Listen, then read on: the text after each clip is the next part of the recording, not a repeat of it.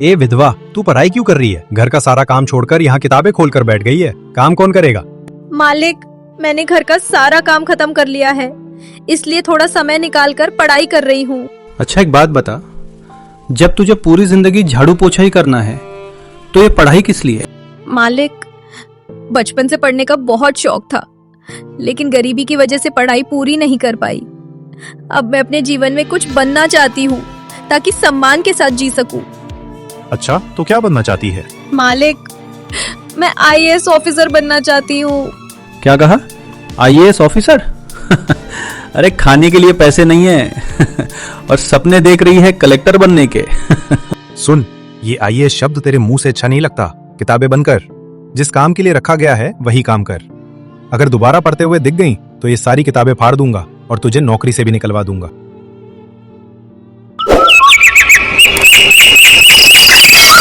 एक दिन गौरी के पति की अचानक मौत हो जाती है। पति के जाने के बाद गौरी की जिंदगी पूरी तरह बदल जाती है। हर दिन भूखे पेट गुजरने लगता है। मजबूरी में गौरी काम की तलाश में घर से निकल पड़ती है। काफी देर तक इधर उधर भटकने के बाद वो एक बड़े से घर के दरवाजे पर पहुंचती है। दरवाजा खटखटाना लगता, तभी मलिक अंदर से बोलता, अरे कौन है?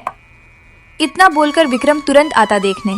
साहब, मैं विधवा हूँ, काम की तलाश में इधर उधर घूम रही हूँ। अगर आपके यहाँ कोई काम हो तो मुझे दे दीजिए। अच्छा, कहाँ से आई हो तुम? साहब, मैं रामपुर से आई हूँ।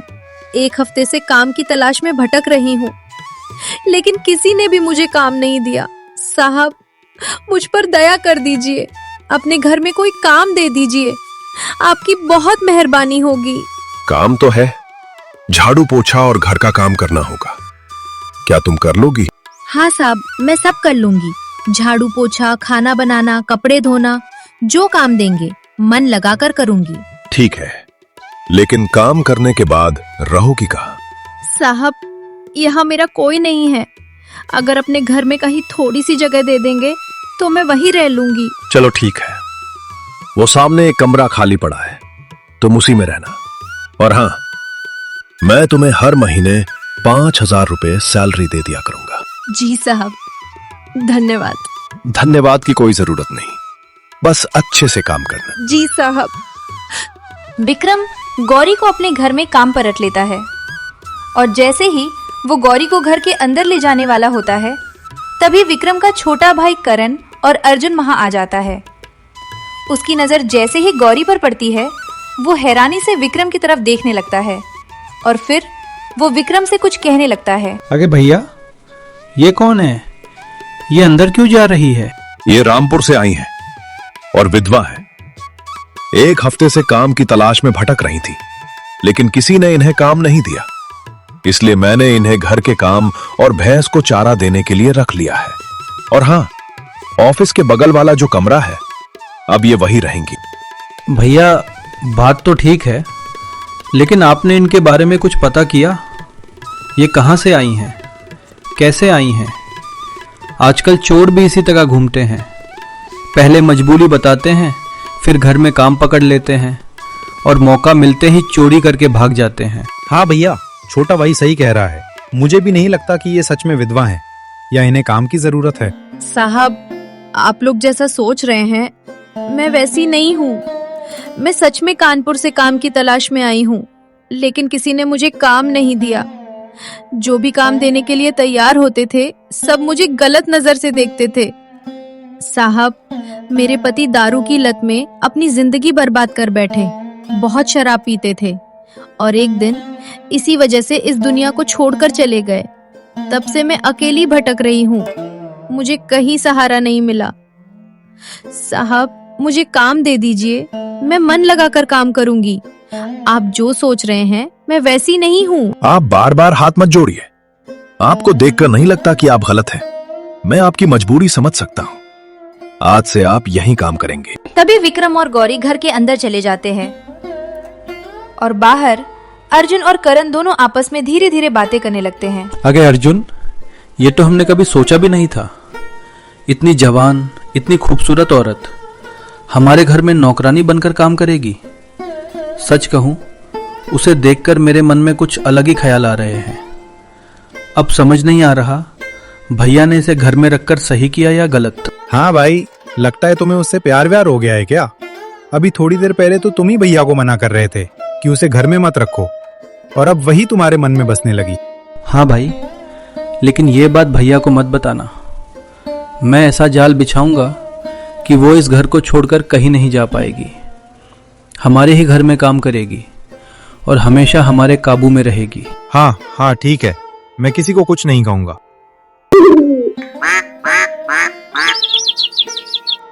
अगले दिन सुबह विक्रम साहब आराम से सोफे पर बैठकर अखबार पढ़ रहे होते हैं।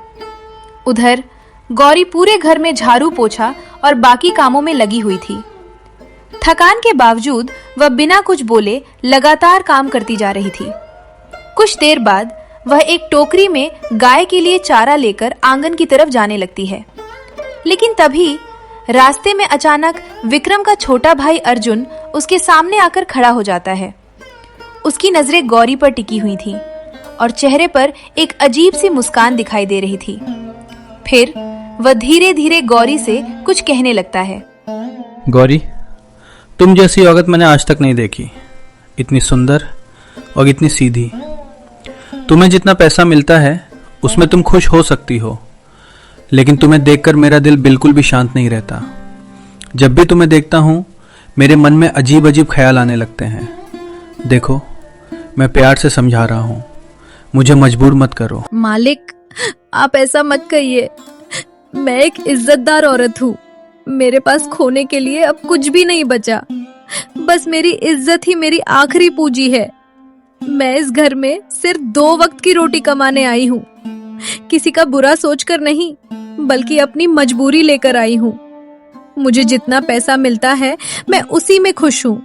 मुझे आपसे और कुछ नहीं चाहिए। मैं हाथ जोड़ती हूँ, मुझे जाने दीजिए। मेरे साथ ऐसा मत कीजिए। भगवान के लिए मेरी मजबूरी का फायदा मत उठाइए। गौरी, तुम जितना मुझसे दूर भागने की कोशिश कर रही हो, उतना ही तुम मेरे दिल के और करीब आती जा रही हो। जब से तुम इस घर में आई हो, मेरी नजरें हर पल तुम्हें ही ढूंढती रहती हैं। तुम्हारा चेहरा, तुम्हारी सादगी मेरे दिल और दिमाग पर छा गई है।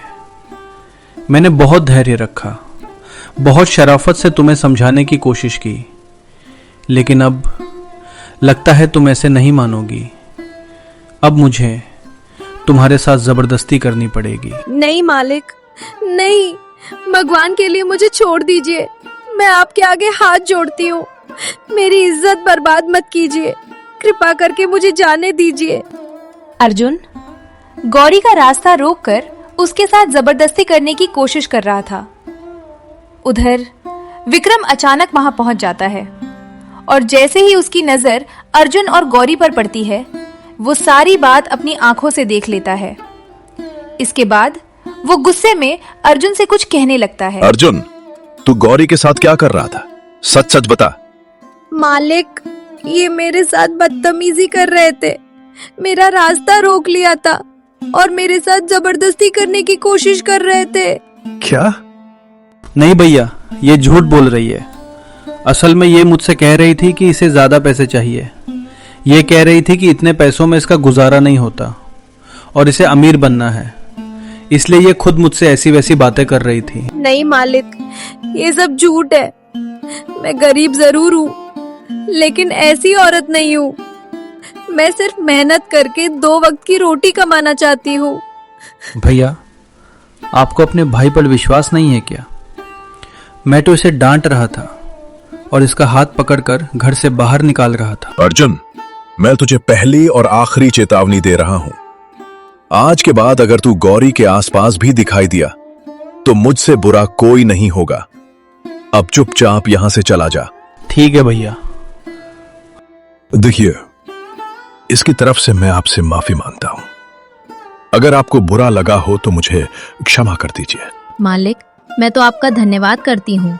अगर आप समय पर नहीं आते तो पता नहीं मेरे साथ क्या हो जाता। मेरे रहते आपको कोई छू भी नहीं सकता और ना ही कोई आपको गलत नजर से देख सकता है। आप निश्चिंत होकर यहीं काम कीजिए। और पूरी ईमानदारी से अपना काम करती रहिए। जी मालिक। दूसरे दिन विक्रम सब कुछ समझने के बाद भी गौरी को अपने घर में काम पर रखे रखता है। गौरी पूरे मन से घर का सारा काम करती है और फिर घर के एक कोने में चुपचाप बैठकर अपनी किताबें निकाल लेती है और पढ़ने लगती है। लेकिन तभी अर्जुन और करण दोनों वहां आ जाते हैं। उनकी नजर जैसे ही गौरी पर पड़ती है, वे आपस में कुछ कहने लगते हैं। ए विधवा, तू पढ़ाई क्यों कर रही है? घर का सारा काम छोड़कर यहाँ किताबें खोलकर बैठ गई है। काम कौन करेगा? मालिक, मैंने घर का सारा काम खत्म कर लिया है, इसलिए थोड़ा समय निकालकर पढ़ाई कर रही हूँ। अच्छा एक बात बता, जब तुझे पूरी जिंदगी झाड़ू पोछा ही करना है तो ये पढ़ाई किस लिए? मालिक, बचपन से पढ़ने का बहुत शौक था, लेकिन गरीबी की वजह से पढ़ाई पूरी नहीं कर पाई। अब मैं अपने जीवन में कुछ बनना चाहती हूँ ताकि सम्मान के साथ जी सकूं। अच्छा, तो क्या बनना चाहती है? मालिक, मैं आईएएस ऑफिसर बनना चाहती हूँ। क्या कहा? IAS officer? अरे खाने के लिए पैसे नहीं है और सपने देख रही है कलेक्टर बनने के।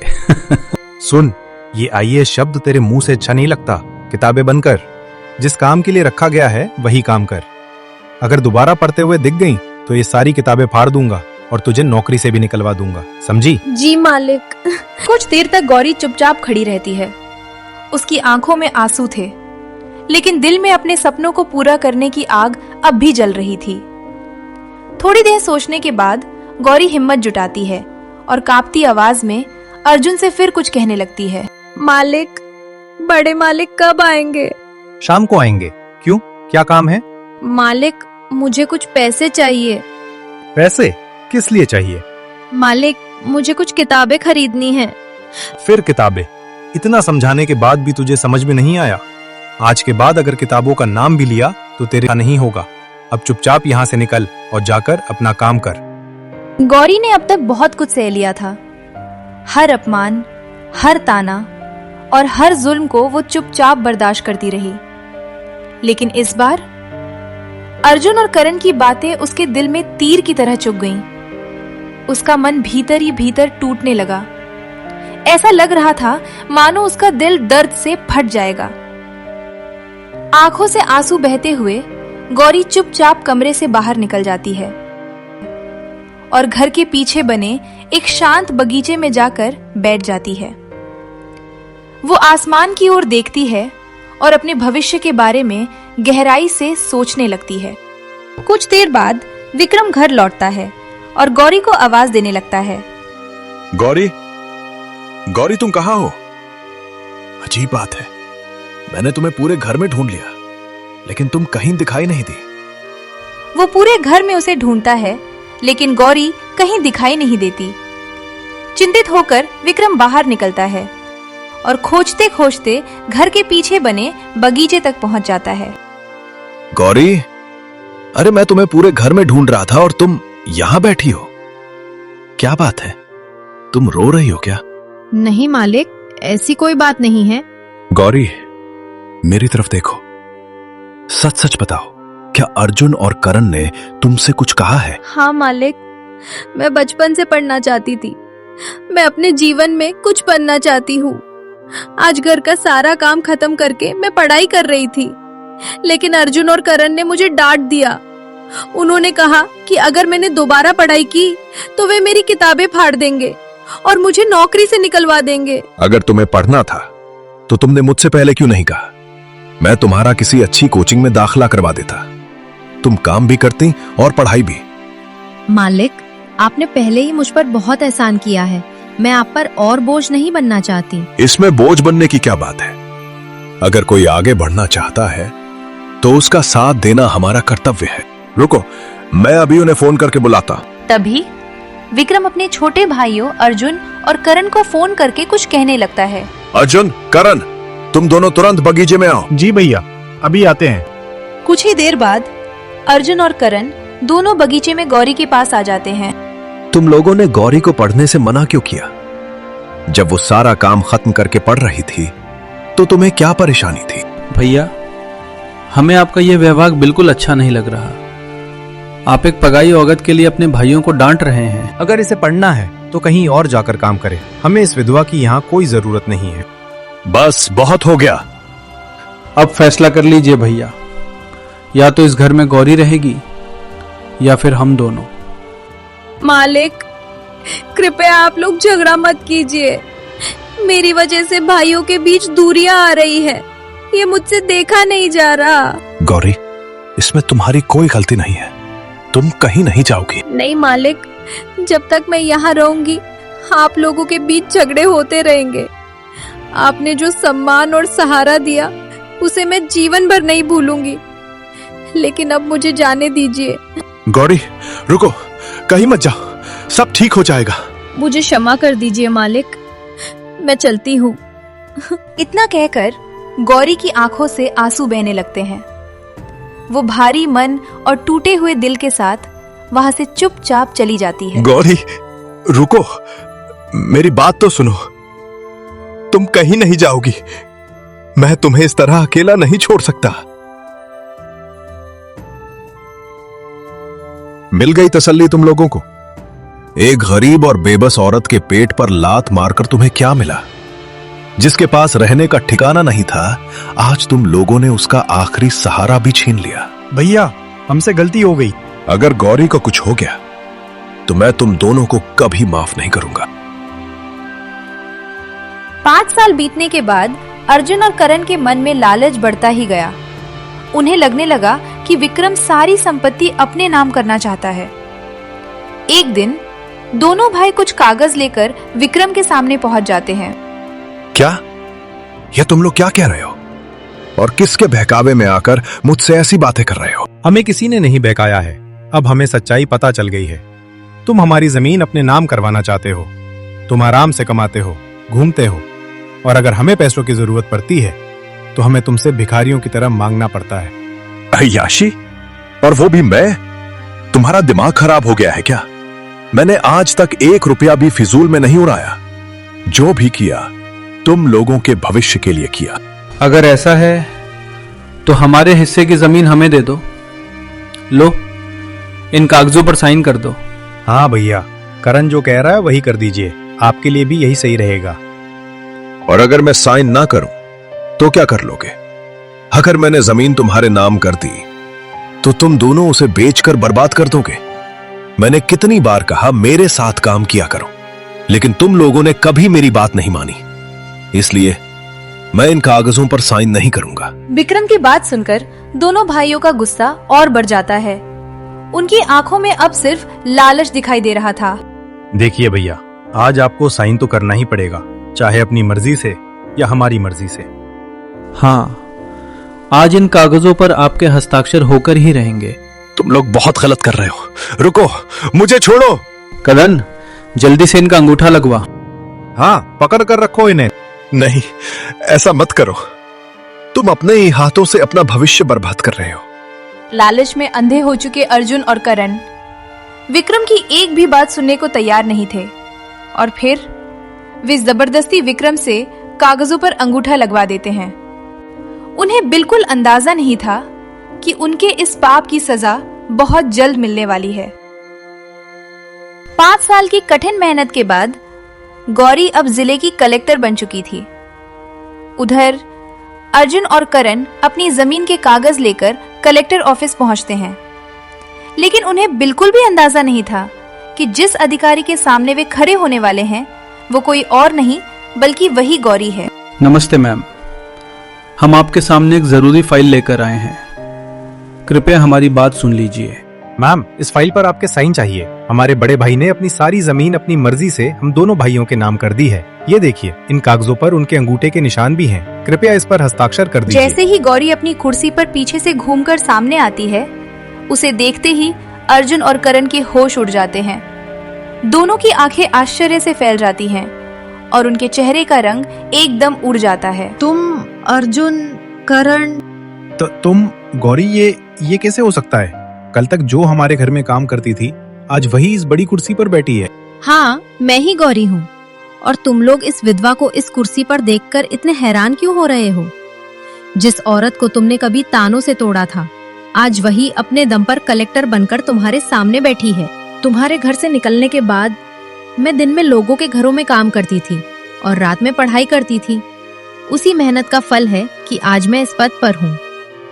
और तुमने कहा कि तुम्हारे भाई ने अपनी मर्जी से जमीन तुम्हारे नाम कर दी। विक्रम जी, कृपया अंदर आइए।